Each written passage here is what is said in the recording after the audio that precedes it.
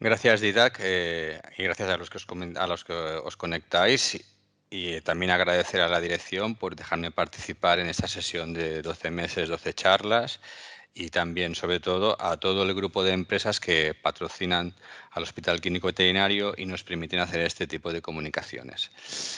Bueno, sin más de dilema, en más detalle vamos a entrar en el tema de lo que vamos a hablar hoy, que es el síndrome gastrointestinal en conejos. A ver si se puede conectar bien la presentación.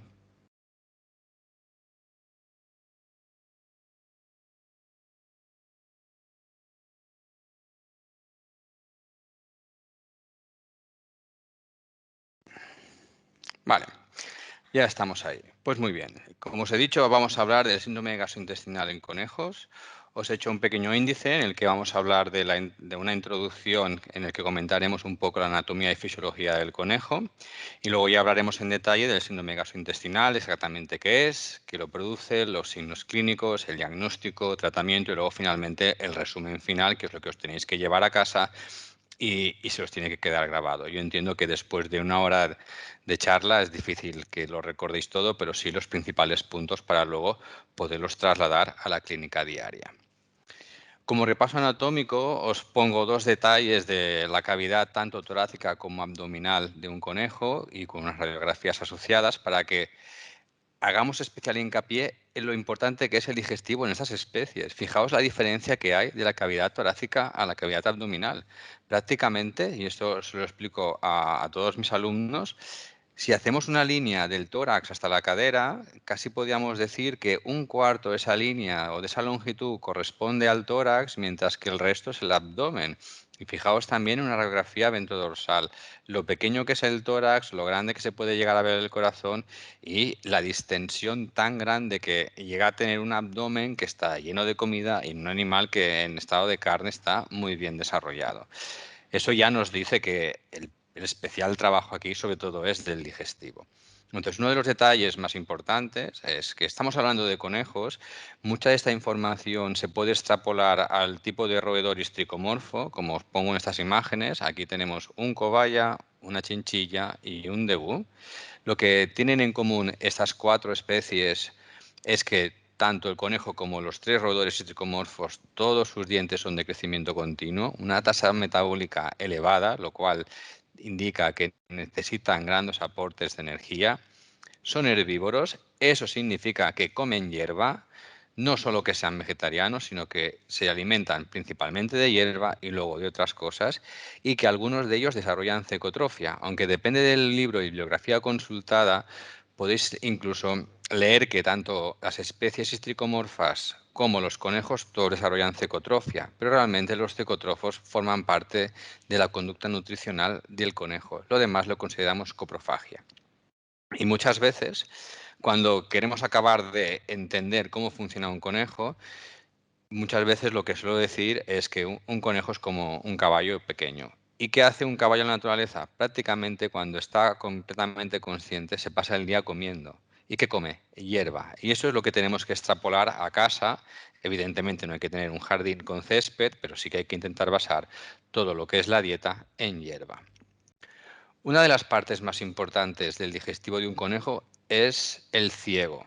Mientras que animales omnívoros y animales carnívoros apenas tienen un ciego desarrollado, un conejo tiene un ciego enorme que prácticamente llega a albergar el 40% de todo el contenido gastrointestinal. Y fijaos, una radiografía de contraste, aquí podéis ver la silueta del estómago, todavía queda contraste en el interior, y toda esta imagen saculada y que va y viene corresponde al apéndice ciego, a la estructura del ciego y que va a acabar con una pequeña parte que se denomina apéndice vermiforme. Una vez que sale el contenido de allí, como podéis ver, vemos unas bolitas marcadas con contraste que corresponde a las heces. ¿Vale? Esto es lo que quiero es que recalcar la importancia del tamaño del ciego y por qué es así. ¿Por qué hablo del síndrome gastrointestinal? Más que nada porque es una definición que nos la presentó el doctor Vittorio Capello, un italiano que se dedica prácticamente a trabajar con conejos en el 2010, pero que no tiene un artículo como tal, sino que esto viene reflejado en el artículo de Marla Lichtenberger y Angela Lennox. Desgraciadamente, Marla falleció hace unos 2, 3 años. Este es un artículo muy bueno, os lo recomiendo, lo podéis bajar si estáis en la cadena de suscritos a la Veterinary Clinic de Exotic Animal de Norteamérica, porque es un artículo muy interesante en el que recoge cómo se puede tratar un éstasis gastrointestinal. Entonces, ¿por qué la definición de síndrome gastrointestinal? Porque es el conjunto de patologías en las que incluimos síntomas y signos clínicos, además, que producen una disminución de la motilidad gastrointestinal, incluso a veces llegan a crear un hilio paralítico. Y esto, cuando un propietario lo ve o un clínico lo determinamos, lo vemos manifestado con una reducción o con una ausencia total de la producción de heces. Las causas son muy variadas porque llegan a considerarse causas tan directas como puede ser una impactación, una obstrucción en cualquier parte del tracto gastrointestinal, hasta llegar incluso a neoplasia estando extra como intra del aparato gastrointestinal, pancreatitis o otras enfermedades como puede ser una hepatopatía. Muchas veces lo que vais a ver en la literatura es hipomotilidad y éstasis gastrointestinal, como es la diapositiva que os he presentado antes, ¿vale? Pero quiero que quede bien claro que estamos hablando simplemente de un síndrome, porque puede haber muchísimas causas que nos lo estén afectando. Entonces, ¿qué hay en común en todo esto? Que vemos una disminución de la motilidad gastrointestinal y que los signos clínicos que vamos a ver, independientemente de la causa, van a ser alteraciones de la hidratación, consecuencia, una deficiencia de volemia y alteraciones de la motilidad gastrointestinal. Causas se describen muchísimas, sobre todo una de las más importantes es la dieta.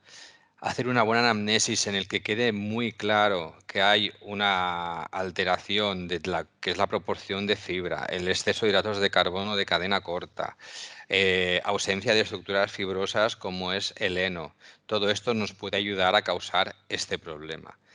Animales que generalmente son inactivos, que incluso pueden haber alteraciones hormonales detrás, animales con obesidad, ya sea por enfermedad o porque su consumo calórico es demasiado bajo en comparación con la ingesta energética, el estrés, que consideramos estrés por cualquier cosa que puede alterar la vida cotidiana de ese animal de compañía, dolor, importantísimo. Pensad que estamos hablando de animales presa, así que cualquier cosa que le pueda alterar puede producir un dolor que cause una hipomotilidad y finalmente un hilio paralítico.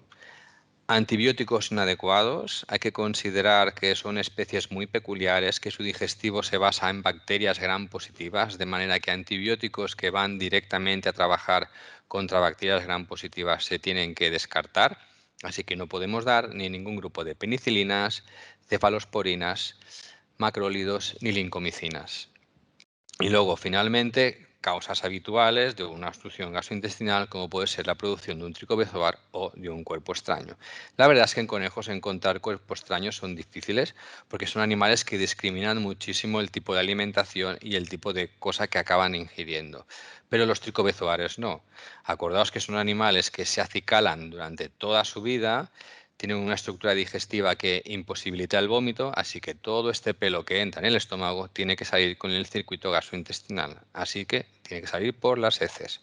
De hecho, encontrar estómagos llenos de pelo es lo más habitual porque incluso forman parte de su fisiología.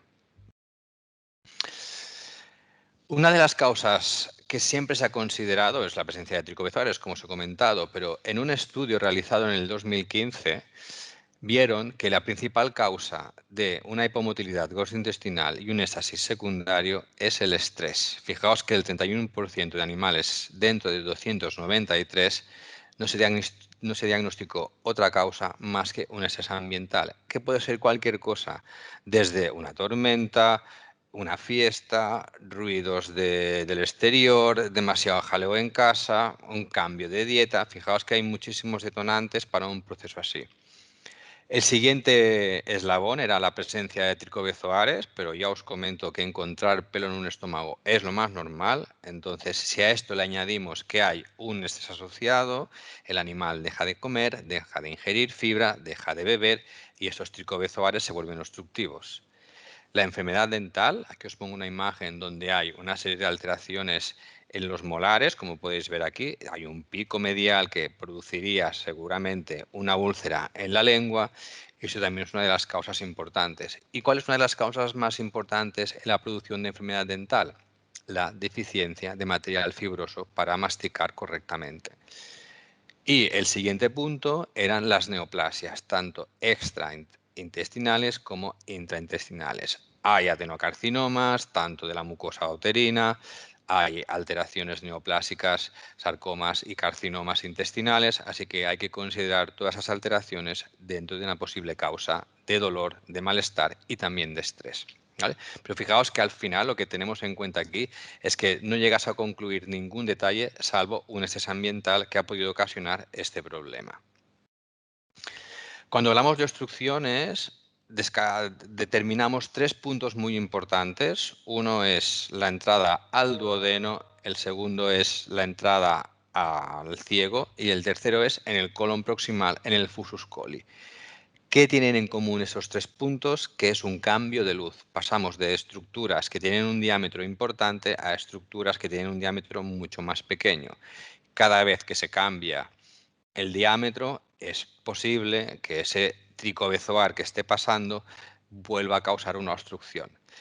Claro, cuando ocurre en el estómago, la sintomatología y los signos clínicos son muy fáciles de ver.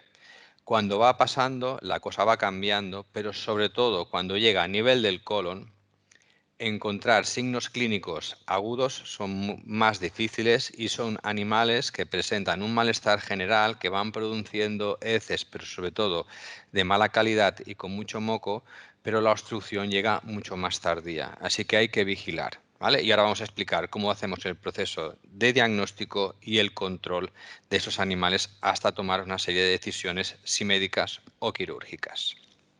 Aquí os pongo un ejemplo de una obstrucción con una lesión importante en el duodeno. Aquí tenemos una distensión gástrica muy grave y una obstrucción que está causando una zona hemorragia que prácticamente está necrosada en el intestino, en la parte del duodeno. Fijaos la distensión de gas y aquí toda esta área totalmente ya perdida. Cuando hacemos la abertura de esta cavidad, vemos el estómago en la que podemos observar mucosa con petequias y una zona en donde estaba el tricobezoar completamente parado, lleno de una hemorragia y una úlcera importante. Aquí podemos ver el tricobezoar que probablemente se haya movido de área justamente al hacer el corte para ver qué hay en el interior. Hablemos de los signos clínicos y de los síntomas. Lo más importante es apatía y anorexia. Es la principal causa de visita. ¿Qué le pasa al animal? No sé, lo veo raro, ha dejado de moverse. Cada vez que llego a casa generalmente viene a verme y de repente se ha quedado debajo del sofá, encerrado en su jaula, no quiere salir o le he puesto la comida y lleva todo el día sin comer. Animales que presentan malestar por dolor abdominal y buscan un poco de relax, se tumban, hacen recumbencia y sobre todo un detalle importante que es una causa, una consecuencia del dolor es el bruxismo. Los conejos hacen movimientos con los molares tanto como bienestar, que lo hacen con o sin comida en su interior y es para simplemente manejo dental, o realmente cuando presentan dolor y hacen este movimiento con la mandíbula que lo oímos de una manera muy característica.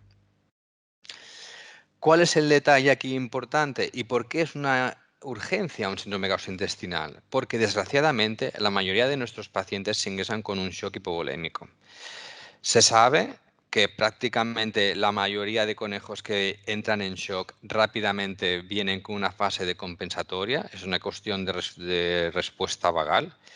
¿Y cuáles son los principales detalles? Bradicardia, hipotermia e hipotensión. Y prácticamente es un círculo vicioso que uno me va desencadenando uno y la consecuencia de uno vuelve a iniciarse.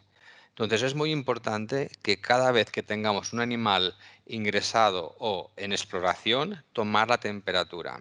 Ya hay varios estudios, yo os recalco este de un compañero italiano, de Nicola Di Girolamo, en el 2016, que presentó un trabajo acerca de la temperatura tomada en la primera visita como factor pronóstico en el momento de tomar decisiones y de comunicar al propietario cómo puede evolucionar el caso. Entonces, cuanto más hipotérmico está el animal, peor factor pronóstico. El diagnóstico es muy importante realizar una buena historia clínica y tomar datos, más que nada para llegar a entender cuál es la causa y sobre todo evitar a que se vuelva a producir el mismo proceso. Los signos clínicos, ya os comento que aunque son muy inespecíficos, hay que entender cómo funciona un conejo y todas estas especies que son carácter presa suelen esconder prácticamente la mayoría de signos clínicos. Así que es muy importante entender que un animal que simplemente está apático y no se mueve, entra ya dentro del diagnóstico diferencial de un animal con un síndrome gastrointestinal.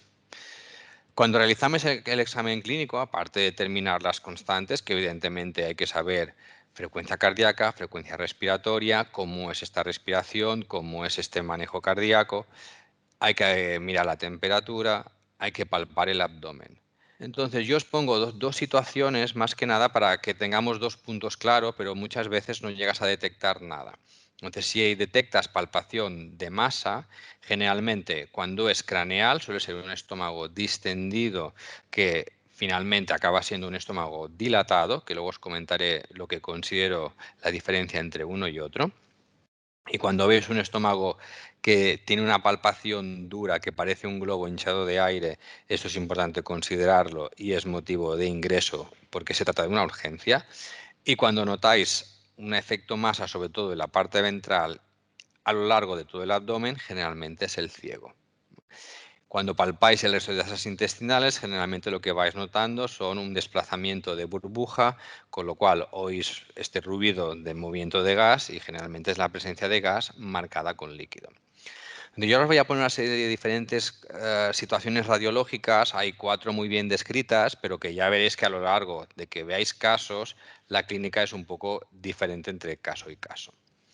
Entonces, uno de los más habituales es lo que se llama una impactación, una repleción gástrica, en la que encontramos estómagos completamente distendidos, que no llegan a ser del todo dilatados, pero sí que se ve un estómago que llega a pasar muchas veces el arco costal, generalmente este no por la posición, pero si veis está llegando a la última costilla, que me deforma la pared abdominal y su contenido corresponde a un tejido que parece pienso, es tejido blando, un poco más elevado, mezclado con pequeñas burbujas de gas, pero no hay líquido, no hay contenido gaseoso. Generalmente es un estómago que está completamente distendido por cantidad de pienso ingerido mezclado con pelo, ¿vale?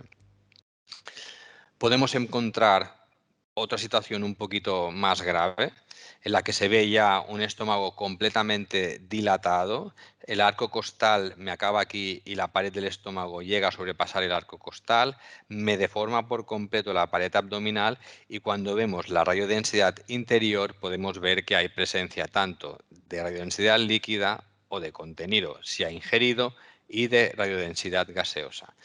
En este caso es un animal que aparte a lo largo del abdomen presenta unas estructuras pequeñas que su diferencial uno es una mineralización tanto de la grasa mesentérica, del omento o incluso del tejido hepático, en algunas zonas si fuera más craneal, como que haya ingerido pequeñas porciones de su arenero o tierra o cualquier cosa. Pero ya os digo que la ingestión de cuerpo extraño es rara en los conejos. Hay otra situación todavía que visualmente es más grave, que es cuando vemos un ciego completamente lleno de gas, que lo podéis ver aquí. Acordaos que para delimitar el ciego hay que ver una estructura saculada con una compartición. Yo a veces les digo que tienen forma de oruga, si os podéis acordar perfectamente. No hay ninguna estructura dentro de la cavidad abdominal de un conejo que pueda distendirse de esta manera. Así que solo puede ser el ciego. Y además, fijaos que es una estructura como de zigzag, va y viene. Y eso es debido a la gran presencia de gas, desplaza todo. Y cranealmente vemos asas intestinales del intestino delgado llenas de gas. Así que este animal es probable que haya hecho un hilio paralítico. casos en los que vemos un estómago muy distendido, que ya es una dilatación muy grave. Fijaos la presión que ejerce sobre el abdomen. Prácticamente la mitad del abdomen corresponde a un estómago de radiodensidad de gas. Y podemos ver que todo el intestino delgado está lleno de gas. ¿Y dónde me acaba? En la válvula iliocecocólica. Con esta distensión tendríamos que ver que este gas nos pasa directamente al ciego y no es así. Así que este caso es un caso muy compatible con una obstrucción en el punto de la válvula iliocecal. Y aquí ya podemos hablar de dilatación gástrica grave con distensión de asas intestinales.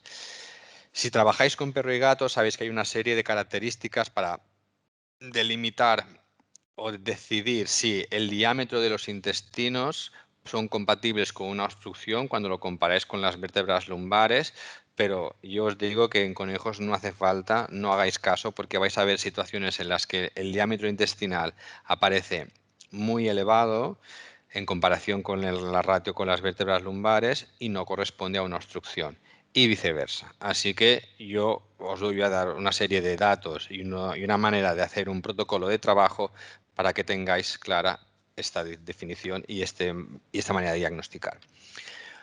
Un caso muy sencillo es el caso que os pongo aquí. Es una radiografía de un gazapos, un animal muy joven. Fijaos en la estructura vertebral. Vemos un abdomen en la que hay una deficiencia de definición de serosas, pero probablemente es porque es un animal muy joven y tiene poca grasa en la cavidad abdominal, pero vemos una estructura en forma como de gusano, saculada en su interior, llena de gas. Esta es típica imagen de un animal con una inflamación en el ciego y esa patología se denomina tiflitis, muy característica sobre todo en animales muy jóvenes. En los animales adultos, muchas veces las alteraciones del ciego, la presencia de gas en ciego, hay que acabar de definir si es una causa o es una consecuencia, porque todo el gas que ha podido acumularse en un estómago, cuando va pasando a lo largo del tracto gastrointestinal, llega a llenar el ciego. Y una de las posibles consecuencias es que haya una inflamación en el ciego. Por eso os digo lo de la tiflitis. Entonces, tenéis que acabar de definir si lo que estáis viendo es realmente que el ciego ha dejado de moverse, tiene un problema inflamatorio infeccioso allí y es donde se produce el gas, o simplemente es que ha habido un aumento del peristaltismo, estáis mejorando en todo el progreso de la enfermedad y este animal lo único que está haciendo es desplazar el aire de un sitio a otro. Entonces es muy probable que viendo este caso en el que vemos gas en el estómago, una imagen de radiodensidad de tejido blando que corresponde a contenido gástrico apelmazado y que puede ser un gran tricobezoar, es muy probable que este animal iniciara un estómago dilatado que finalmente ha podido resolverse y este gas ahora mismo ha pasado por el intestino delgado, por el ciego y finalmente se tiene que evacuar. Así que es muy importante que toméis decisiones en base a una evolución diagnóstica, sobre todo de imagen. Pero como os comento, la presentación es muy variable. Podemos encontrar animales que vienen con una parada digestiva con gas que se va desplazando, aunque lento, porque fijaos que aquí el gas ya nos ha llegado directamente al recto y probablemente lo vamos a escuchar. Podemos encontrar casos en los que se ve un estómago completamente distendido con contenido, no está dilatado.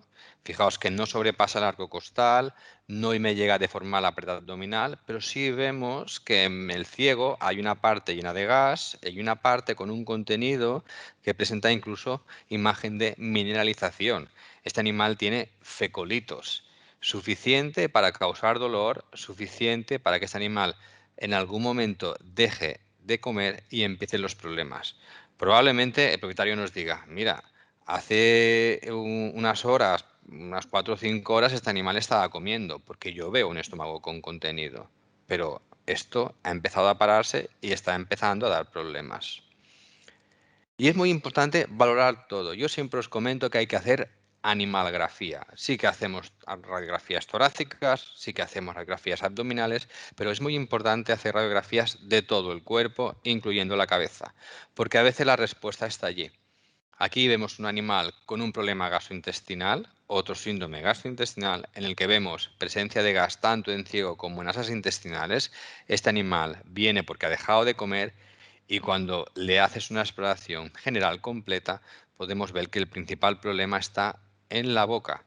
Tiene una enfermedad dental y es una de las principales causas a considerar dentro de este gran síndrome. Una vez que tú tienes el diagnóstico, es muy importante decidir las pautas de tratamiento y os lo he dividido en 5 puntos, sobre todo por orden. Es muy importante eliminar el dolor y facilitar la manipulación. Es verdad que esos animales llegan en shock, pero claro, un animal que te llega en shock, ¿qué tienes que hacer? Calentarlo, importantísimo, porque para el funcionamiento de todos los receptores hormonales necesitamos que el animal esté en osmogrado, pero hay que hidratarlo. ¿Y cómo lo hidratas? ¿Y cómo le mantienes la volemia? Hay que ponerle un catéter. Pero si este animal presenta dolor, tú no lo vas a poder manipular porque enseguida va a ser reacio. Así que, primer punto, eliminar el dolor y facilitar la manipulación. Entonces, vamos allá. ¿Qué maneras tenemos? Generalmente lo que hacemos es, en función del grado en el que venga, porque si el animal viene ya en un estado de estupor prácticamente comatoso, no hay que ponerle un opiazo, porque poco le va a hacer. Así que nos vamos directamente al catéter y a ponerle los fluidos que sean necesarios. Y luego trataremos simultáneamente el dolor. Pero si no, si quiero trabajar primero con el animal, lo que hago es combinar un opiáceo con un sedante. Los sedantes no hay discusión, nos vamos con el midazolam, a dosis entre 0,25 y 0,5. El problema a veces es decidir qué tipo de opiáceo. Entonces, si queremos actuar rápido, lo mejor es el butorfanol. Si queremos actuar rápido y potente, lo mejor es la metadona. Entre medio tenemos la buprenorfina y el fentanilo. Es verdad que tanto la buprenorfina como el fentanilo son buenos analgésicos, pero la buprenorfina tarda al menos unos 40 minutos en actuar y el fentanilo, aunque actúa rápido, para muy rápidamente, pero también me gusta tener un efecto sedante y la mejor sinergia que he conseguido hasta ahora es con el butorfanol midazolam. Igualmente tenéis que pensar que el butorfanol tiene un efecto aproximadamente de unas 4 horas, incluso podríamos decir menos en conejos, así que generalmente lo que hacemos es, si es necesario sedar al animal, trabajar inicialmente con butorfanol midazolam, pero luego utilizar algún analgésico mucho más potente, como puede ser la metadona. Que necesitamos trabajar más, porque vemos que el animal tiene un proceso incluso compatible con una enterotoxemia, que eso es muy habitual, sobre todo en animales en donde ves gran cantidad de gas acumulado a lo largo de todo el gastrointestinal. Entonces podemos trabajar con las CRIs. Una CRI de base que tengo estipulada es mezclando fentanilo con lidocaína y con ketamina, pero ya sabéis que las CRIs van a la carta y van a depender muchísimo del trabajo inicial. Así que si hemos empezado con butorfanol, quizás mi CRI se va a basar en lidocaína más ketamina, porque probablemente luego quiera seguir con metadona. Acordaos que no hay un protocolo de tratamiento de dolor concreto, sino que todo va a ser un poco a la carta. Entonces, mi recomendación es, si vais a trabajar con una CRI, sobre todo utilizar la lidocaína como base. ¿Por qué la lidocaína? Porque es un analgésico visceral buenísimo, porque además es enterotóxica y nos va a ayudar muchísimo a todo el tratamiento y la sinergia que va a hacer con otros analgésicos. Como lo podéis administrar en CRI, si lo administráis en combinación, las dosis suelen ser de 20 microgramos, pero podéis llegar a 100 microgramos por kilo y minuto, haciendo 1 miligramo por kilo como dosis de carga. Pero ya os digo, ¿vale? Es muy importante, primero de todo, tener una buena vía para poder trabajar con el animal. ¿Qué pasa con el uso de AINES? Inicialmente no lo recomendamos porque este animal estará hipovolémico, tendrá deshidratación, aparte va a tener probablemente pequeñas úlceras gástricas que si administramos AINES como el Meloxicam, un anticox-2, podemos agravar el caso. Así que generalmente el Meloxicam lo dejamos apartado hasta que tenemos el animal normovolémico y bien hidratado. Pero sí podemos trabajar con el metamizol, es un buen analgésico, lo podéis combinar con el resto de opiáceos y es un buen fármaco para utilizar inicialmente. Y se utilizan unas dosis de 65 miligramos por kilo generalmente cada 8 horas.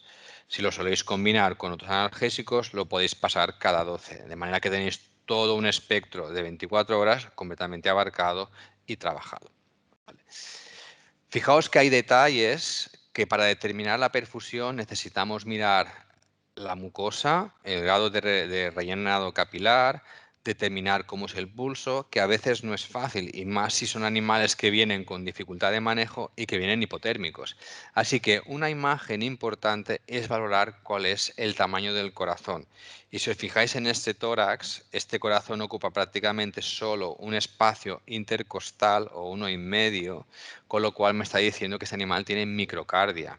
Así que el diagnóstico diferencial de microcardia o es una anomalía congénita o es la hipovolemia. Si vemos la calidad de este abdomen, que es malísimo, porque seguramente este animal tiene muchísimo dolor, estará hipovolémico secundario a un shock. Así que, bueno, perdón, estará hipovolémico debido al shock. Así que determinamos que ya hay una baja perfusión y hay que trabajar directamente. Generalmente, ¿qué hacemos? Y eso también hay que ir con cuidado porque hay que ver cuál es la causa y el estado de este animal, porque si de repente nos encontramos que un animal ha ingerido grandes cantidades de sal, no utilizaremos el protocolo que os pongo yo aquí. Pero si se trata de un síndrome gastrointestinal ocasionado por un tricobezoar o una alteración que no tiene nada que ver con un incremento masivo de sodio, podemos utilizar un hipertónico salino más un coloide. Y ahora os pongo el actual ISOES, pero el que tengáis. ¿Vale? Generalmente trabajamos a 3 mililitros por kilo de uno más 3 mililitros por kilo de otro, administrado en 10 minutos. Y muy importante, siempre manteniendo temperatura corporal. Así que generalmente tenemos animales que están por debajo de 35 grados, hay que calentarlo de la mejor manera que sea, con guantes calientes, con los secadores, con mantas térmicas, lo que tengáis a mano. Pero es muy importante intentar mantener la temperatura. Una vez que hemos administrado esta mezcla de fluidos, es muy importante hidratarlos, porque con esta combinación también vamos a deshidratar todo lo que es el sistema del animal. Así que es muy importante administrar con cristaloides. Generalmente la recomendación es utilizar un ginger lactato con glucosa al 5% 1:1 y hacemos 15 mililitros por kilo en bolos hasta intentar determinar una presión. Mínimo tendríamos que llegar a 90 milímetros de mercurio. En el caso de que no se pudiera, se puede repetir una dosis de coloide una vez más. Y es muy importante que tengáis marcado la cantidad de coloide que ponéis porque, como sabéis, podemos llegar a un máximo de 20 mililitros por kilo. Finalmente, las recomendaciones de los fluidos de mantenimiento en conejos son cristaloides a 4 mililitros por kilo y hora, más el déficit, que lo vamos a determinar, igual que hacéis en otras especies, el porcentaje de deshidratación por kilo multiplicado por 1000 mililitros. Y aquí ya tenéis una manera de trabajar para controlar el shock. Hay que sacar sangre, porque evidentemente tienes que tener una serie de control analítico para saber incluso qué tipo de electrolitos carece o están en exceso para saber los fluidos. Porque una cosa es trabajar a ciegas porque no tengo más remedio que hacerlo así, porque hay que trabajar rápidamente para remontar al animal, pero luego hay que mantenerlo vivo las horas para luego devolverlo a casa. Así que es muy importante tener un control. Mínimo, tenéis que determinar la glucosa, el estado del riñón y los electrolitos. Finalmente, hematocrit de proteínas. ¿Que podéis hacer un panel general? Fantástico, porque encima vais a tener la creatinina, vais a tener el calcio, el fósforo, podemos incluir las transaminasas, así que tenéis toda una información mucho más amplia para acabar de determinar cuál puede ser la posible causa de este problema. Hay que proteger la mucosa. Ya os he hablado y os he enseñado imágenes de lo importante que es el estómago, de lo importante que es el problema de la mucosa gástrica, así que hay que protegerla y lo más recomendado es utilizar antihistamínicos H2. Yo sé que últimamente en perros no se recomienda la ranitidina, pero nosotros estamos muy contentos con este producto. Nos funciona muy bien y encima tiene un ligero efecto procinético. Es leve, así que tampoco hay que sufrir mucho cuando sospechamos de obstrucciones. Hay gente que prefiere utilizarlo, pero por experiencia personal estamos muy contentos, tenemos mucho éxito, así que una de las recomendaciones para mí es la ranitidina. Sobre todo también en animales que están conscientes y que no habéis sedado, a la mínima que podáis hay que administrarles alimentación. Eso también va a ayudar a proteger la mucosa. Pero un error que considero importantísimo es, sin haber confirmado cuál es la situación, por mucho que tengáis claro que en la placa parece que no haya obstrucción, dar procinéticos. El principal motivo por lo cual este digestivo se para es por la presencia de dolor y las consecuencias que se van produciendo, pero no porque haya un problema de que necesite un producto para estimular su motilidad. Yo, desde hace ya muchos años, de todos los protocolos que aparecen en los libros y que aparecen en congresos y en publicaciones, lo único que no comparto es el uso de procinéticos. Y os pongo una vez más la imagen anterior. Fijaos, aquí hemos limpiado el estómago y el duodeno por completo para que veáis la importancia que es de proteger la mucosa. Fijaos las úlceras y las hemorragias tan importantes que vemos tanto en el duodeno como en la mucosa gástrica. Una de las cosas que os preocupa más, sobre todo, es cuando hago una placa y veo una cantidad de gas enorme. Así que dices, bueno, hay que eliminar este gas.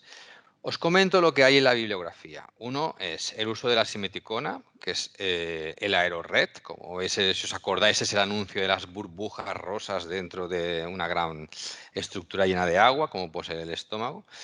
Es un antiespumante que reduce la tensión superficial de las burbujas y no hay ningún estudio científico que asegure que esto funciona en los conejos. Así que nosotros no lo recomendamos.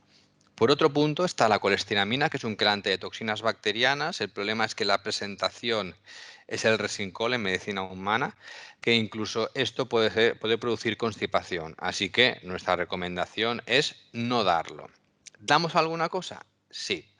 ¿Tenemos evidencias científicas? La verdad es que no hay una gran evidencia científica en los conejos, pero os pongo esta referencia de este artículo que habla de los efectos de la lactulosa y en qué consiste.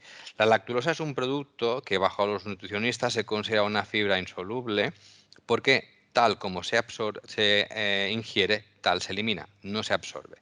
Dentro del digestivo, sabéis que se ha utilizado sobre todo para controlar cuando hay una encefalopatía hepática, sobre todo para la absorción del amonio y de su metabolismo. Y esto lo que hace es disminuir el pH gastrointestinal. ¿Qué se ha visto? Que con esta disminución del pH gastrointestinal, la lactulosa tiene un efecto prebiótico importante. Así que lo que hacemos es administrar lactulosa a la mínima que ese animal puede ingerir para intentar modificar la situación que hay en la luz gastrointestinal. No sabemos si va realmente a funcionar, pero desde luego sabemos que el animal no va a empeorar ni va a morir por culpa de administrarle lactulosa. Así que es una sustancia que nosotros la hemos ido utilizando desde hace muchos años y la verdad es que la solución nos parece exitosa. Por otro lado, y en algunos casos en los que veáis algo muy grave, una de las cosas recomendadas es la descompresión gástrica. Evidentemente hay estómagos que pueden perforarse, incluso pueden estallar debido a esta gran tensión. Así que lo que recomendamos es, una vez que habéis sedado al animal, le habéis puesto el catéter, le tenéis con calor y le habéis administrado la analgesia, es pasar una sonda inicialmente orogástrica para vaciar el contenido y finalmente le mantenéis una sonda nasogástrica. También está recomendada la gasocentesis, pero mi recomendación es, mientras podáis utilizar sondas, prefiero la entrada orogástrica que no pinchar un estómago que parece un globo que está a punto de reventar. Hay riesgo de que quede una pequeña perforación, que salga contenido a la cavidad abdominal y finalmente ese animal acabe con una peritonitis. Así que mi recomendación es no hacerla. ¿Hay compañeros que la hacen? Sí. ¿Ellos comentan que son exitosas? Sí. Así que os doy a elegir, pero yo soy mucho más conservador. ¿Cuál es la finalidad del sondaje orogástrico? Pues sobre todo es vaciar. Fijaos, esto es un contenido de un estómago completamente dilatado, porque esto lo hacemos sobre todo cuando la dilatación es muy grave, así que vemos estómagos que sobrepasan el arco costal, estómagos que deforman la cavidad abdominal y la pared ventral. Entonces, de lo que se trata es de que una vez que has entrado la sonda dentro del estómago, vaciar la cantidad de aire y la cantidad de agua que está produciendo esta dilatación. ¿Cuál es la principal causa? Generalmente la presencia de pelo que acaba mezclándose con el pienso y hace estas formas masas que denominamos tricobezoares. Evidentemente tú no puedes sacar el tricobezoar entero porque a veces incluso llega a ocupar todo el estómago, pero sí se trata de producir un movimiento en el interior para desobstruir la salida gastroduodenal. Así que lo que hacemos es aspirar el contenido, a veces sale por sí solo, pero rápidamente la sonda que hemos colocado se acaba obstruyendo. Así que lo que vais a ver es que hay que retirar la sonda, limpiar otra vez el extremo, vais a encontrar pequeños acúmulos de pelo que os obstruyen la sonda y ya tenéis un poco la confirmación de lo que está ocurriendo en ese estómago, ¿vale? Aquí son ejemplos de trozos que hemos ido sacando, pero se trata de colocar la sonda orogástrica, vaciar el estómago. Si no se puede vaciar, se puede llenar con un poquito de suero. Os hablo de 1 o 2 mililitros cada vez, más que nada para fluidificar un poco el contenido. El siguiente paso sería hacer una placa para acabar de comprobar que lo habéis vaciado lo suficiente.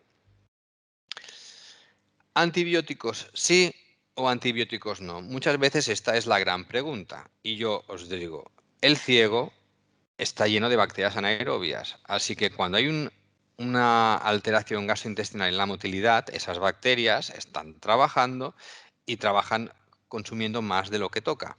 Así que al final se reproducen más. Bajo mi criterio, salvo que es un caso que se pueda resolver en pocas horas, no administramos antibiótico. Pero si el tratamiento requiere más de un día, nosotros administramos antibióticos. Sobre todo, aunque vais a ver que en la literatura podemos administrar enrofloxacina, sulfatrimetoprim o derivados, mi recomendación es siempre administrar metronidazol debido a esta cantidad de bacterias anaerobias. Hay compañeros veterinarios que dicen esto no es un problema de infección, sino que es un problema generalmente mecánico por una obstrucción, entonces no hay por qué dar antibióticos. Pero en el momento en el que tienes úlcera gástrica o riesgo de perforación, yo creo que el uso de antibióticos no está de más, al menos metronidazol. Aquí os pongo unas dosis en rojo porque generalmente la administración son 25 miligramos por kilo administradas vía oral. Las últimas referencias bibliográficas en clínica de exóticos lo que han hecho es 25 miligramos por kilo vía oral, pues también se la voy a administrar intravenoso. Si repasáis el PLAM, que es un libro de farmacocinética y dinamia y de dosis, habla que la administración intravenosa se reduce. Así que nosotros administramos 5 miligramos por kilo intravenoso cada 12 horas. ¿Los compañeros que utilizan 25 miligramos por kilo intravenosos han visto problemas? La respuesta es no. Así que también os lo dejo a vosotros a criterio a que decidáis, pero mi recomendación son 5 miligramos por kilo intravenoso cada 12 horas. Cuando nosotros tenemos un animal que no ha sido necesaria la sedación para trabajar con él, rápidamente cuando lo tenemos ingresado administramos dieta. Y hay dietas descritas directamente para herbívoros, o sea, es que las podéis encontrar en vuestros distribuidores veterinarios o incluso por internet. ¿Se puede dar papillas de cereales? La recomendación inicial es que no, porque son papillas basadas en cereales, que no es la dieta habitual de un conejo, tienen hidratos de carbono de cadena corta, en exceso, aun bien en animales con gran déficit calórico, sí que se podrían utilizar mezcladas con papillas para herbívoros, pero evidentemente nunca de carnívoros. O sea, no deis una D o un similar a un conejo, porque no formaría parte de su dieta. Si no os queda más remedio y tenéis que hacer algo, lo que podéis hacer es coger verduras, las escalfáis, las trituráis y utilizáis esto como papilla, que me parece un buen recurso y algo muy natural. ¿Vale? Y los administráis directamente por la boca. Y aquí os pongo un ejemplo de un animal que lo hemos ingresado y que finalmente ha quedado con una sonda nasogástrica. Cuando hemos hecho todos estos puntos de dejarlo ingresado, de ponerle la fluidoterapia, de mantener el control del dolor, de proteger la mucosa, de poner el antibiótico, todavía no he administrado ningún procinético, por favor, eso quiero dejarlo muy claro. Generalmente hay que hacer un segundo control a las 2-4 horas, porque hay que explicar al propietario, mire, su animal tiene un problema gastrointestinal, su digestivo no funciona, hay que acabar de ver si la causa es directamente dentro del tracto gastrointestinal o viene consecuencia de otra cosa. Entonces, el primer protocolo es remontarlo, volverlo normovolémico, normotérmico, estabilizarlo correctamente y ver cómo evoluciona a lo largo del tiempo. Yo os pongo entre 2 y 4 horas, porque animales que tienen una gran distensión, con una dilatación muy severa, muy grave, es importante que no esperéis mucho, porque sobre todo aquí el tiempo es una herramienta crucial. Entonces, yo os pongo entre 2 y 4 horas. El problema es cuando viene un animal a las 8 de la noche o a las 12 que tienes que esperarte, pero hay que hacer un control, al menos a las 4 horas y depende del caso a las 2 horas. Entonces, ¿qué es lo que vamos a valorar? Quizás lo habéis sedado antes entonces no le podéis dar comida hasta que hagáis el control. Entonces, si acepta comida, fantástico. Eso significa que ha perdido el dolor o ha disminuido el dolor, el animal se sienta mejor. Defeca, sí, fantástico. El digestivo se ha movido. Postura, mejora, fantástico. Si no, dolor. Y se hace una radiografía. Vemos cómo está el desplazamiento del gas, vemos cómo cambia la dilatación a distensión o desaparece la distensión y vemos si en la radiografía aparecen heces en el colon. Entonces, todos estos detalles, si son positivos, fantástico. Si no, hay que plantearse varias cosas. Entonces, una de las cosas más importantes es haber controlado la glucosa antes. Entonces, hay un estudio que habla de la glucosa en los conejos.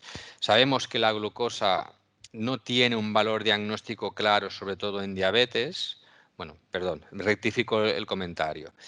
La diabetes mellitus en conejos está muy poco descrita. Hay algún caso descrito de manera puntual y algún caso asociado a una estirpe del laboratorio, pero generalmente la hiperglucemia se debe a la existencia de dolor agudo, sobre todo cuando hay una condición abdominal relacionada con una obstrucción. En este estudio determina diferentes valores en el que podemos llegar a animales con más de 150 miligramos de decilitro hasta 270 como animales por estrés. Así que fijaos que una mala manipulación, una mala extracción de sangre, un forcejeo con el animal determina hiperglucemias muy elevadas.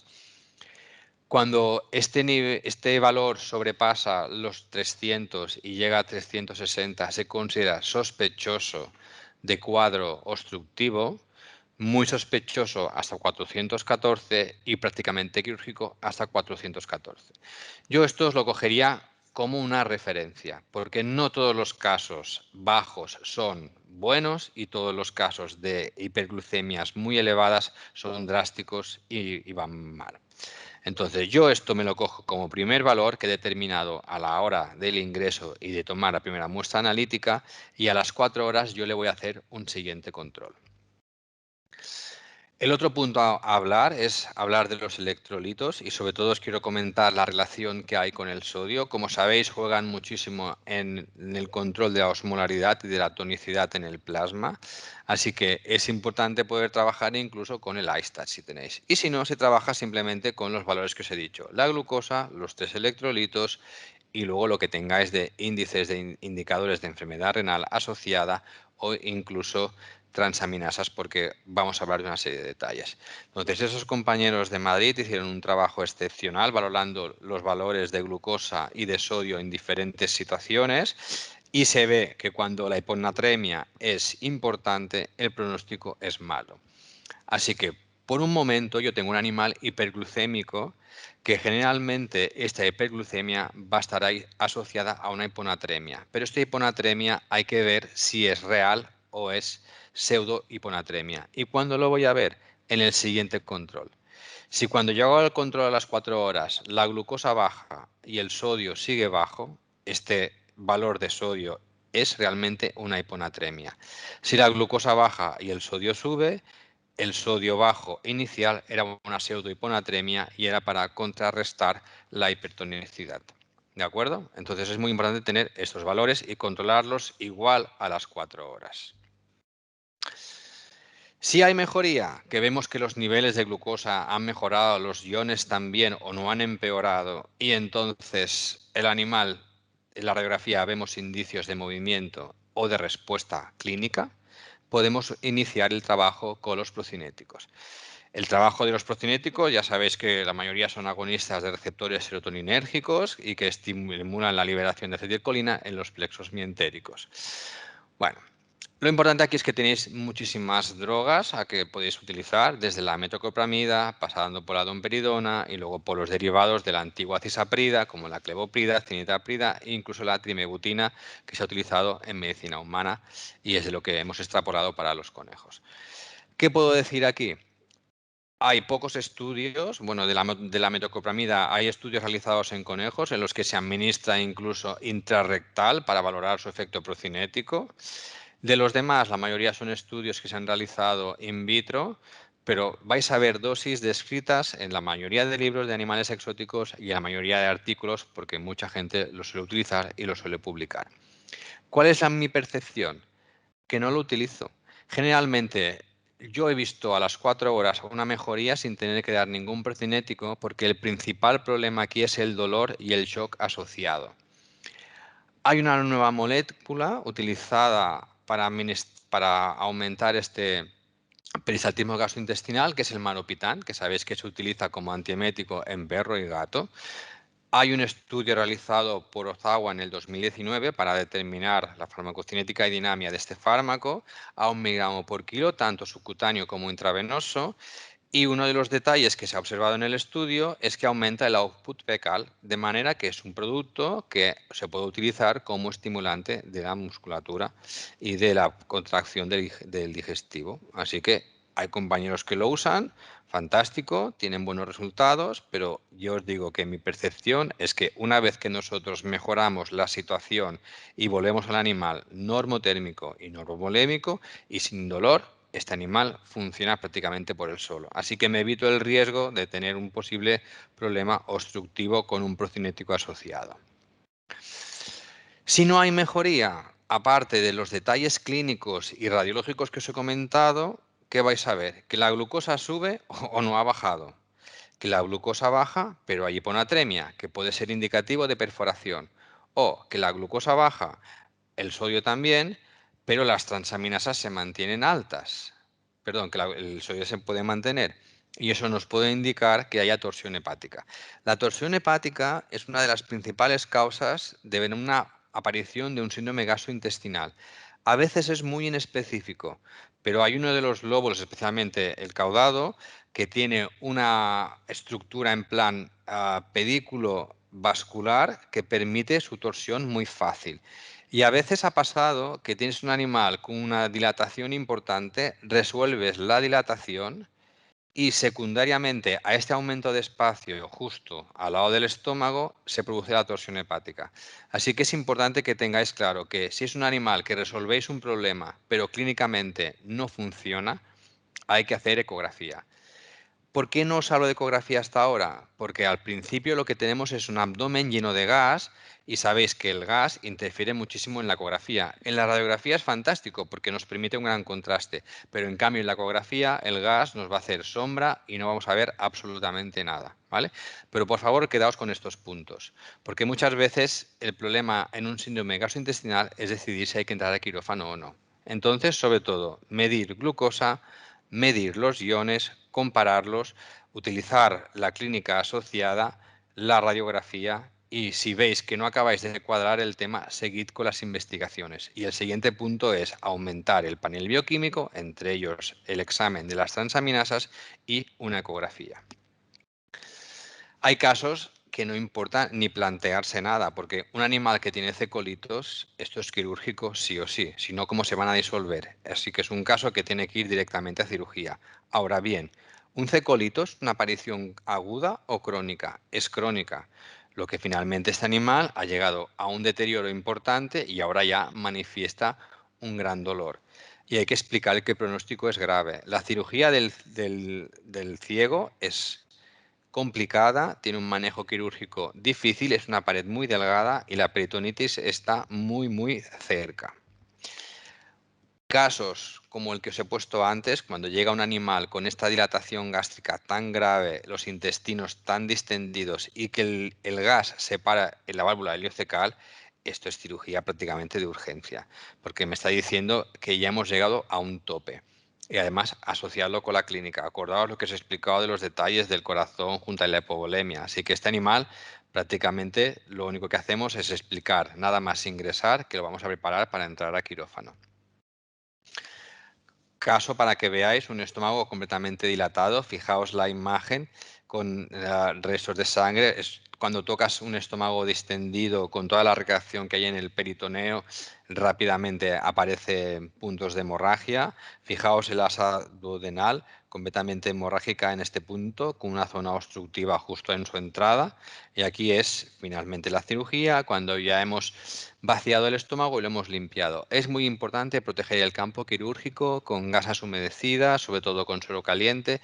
Y una cosa que siempre hago es poner un parche de aumento. Para mí el aumento es una de las principales cosas que tenemos para asegurarnos o disminuir el riesgo de discencia de sutura y de salida de contenido. Aún así hay que asegurarse que la cirugía se ha realizado correctamente. Y una de las cosas que nos suelen preguntar siempre los propietarios es qué grado de éxito tenemos, cuál es el pronóstico de todo esto, vale la pena entrar a cirugía o no. Evidentemente, pues hay que trabajar con datos, pero cada caso es un mundo. Entonces yo explico que la cirugía es un caso, cuando llegamos aquí es que necesitamos que entrar sí o sí, no podemos llegar. Cuanto más tarde lleguemos, peor es el pronóstico. Entonces os presento datos científicos de Frances Harcourt Brown, que es una de las principales autoras en medicina de conejos, en un artículo que sacó en el 2007, en el que habla de 76 casos de conejo con dilatación gástrica y obstrucción, en el que el 52% o 52,5% para ser exactos de esos animales murieron, de los que entraron en quirófano.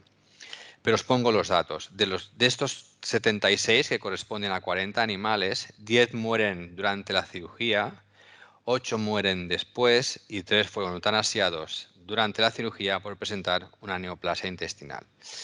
¿Qué hay que aprender de aquí?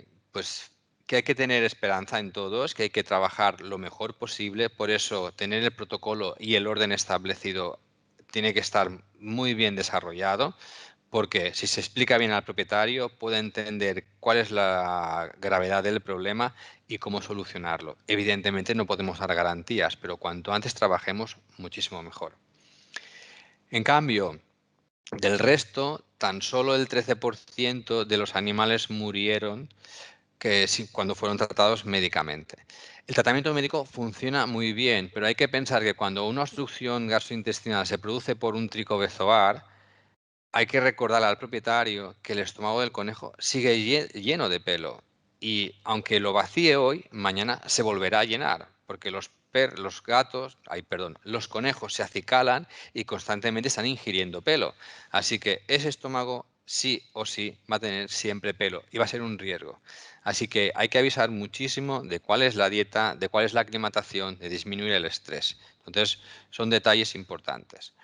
Pongo algún caso. Llega este animal, recepción, fijaos, hay una gran dilatación, sobrepasamos la pared costal, deformamos el abdomen, fijaos que la radiodensidad del estómago es de contenido gastrointestinal, probablemente con pienso o con comida, líquido y gas.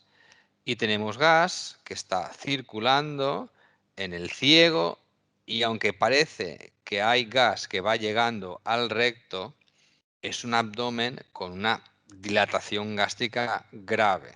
Fijaos la radiografía ventodorsal.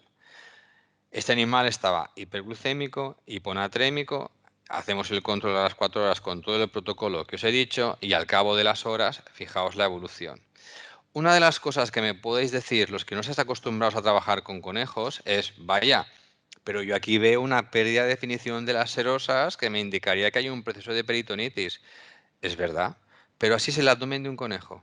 Los conejos tienen gran cantidad de líquido a nivel abdominal, así que cuidado cuando hagáis ecografías porque es normal, es un digestivo que trabaja 24 horas al día, tiene que estar hidratado constantemente.